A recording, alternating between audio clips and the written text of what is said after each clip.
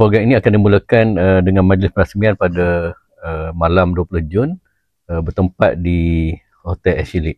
Malam tu insya-Allah akan disempurnakan oleh Yang Berhormat Datuk Parlimen Perdana Menteri Besar dan juga ucapan oleh Aluan oleh Ambo sendiri lah selaku Esko belia.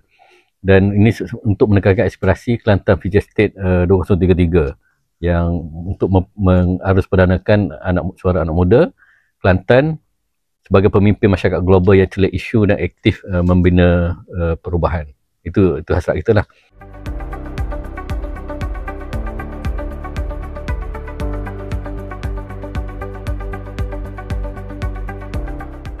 Persidangan ini akan menjadi ruang wacana dan juga advokasi strategik belia Islam lah dalam isu Palestin dan juga dari sudut globalnya hak asasi manusia serta cabaran propaganda era maklumat zaman lalu ni lah. Beberapa panel yang akan ditampilkan, panel yang kita nak sebut sini yang kita jemput panel khas antaranya Ahmad Hakim Kesimuglu, nama pelik sikit ni, daripada Ankara, Institut Pemikiran Islam.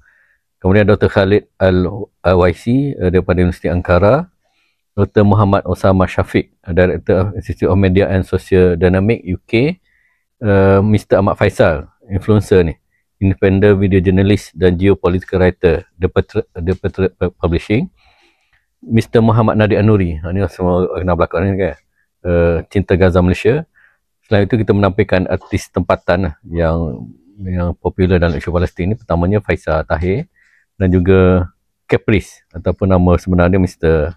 Azri Ramli. Itu antara beberapa panel yang akan terlibat dalam seminar ataupun persidangan antarabangsa lah.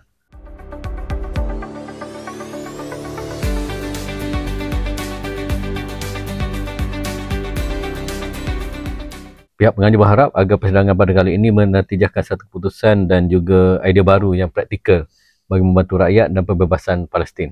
Ini lebih pada isu-isu untuk membawa kepada belia lah, pendekatan yang menggunakan influencer dan sebagainya, lebih pada supaya belia-belia kita ni mengambil cakna tentang isu Palestin.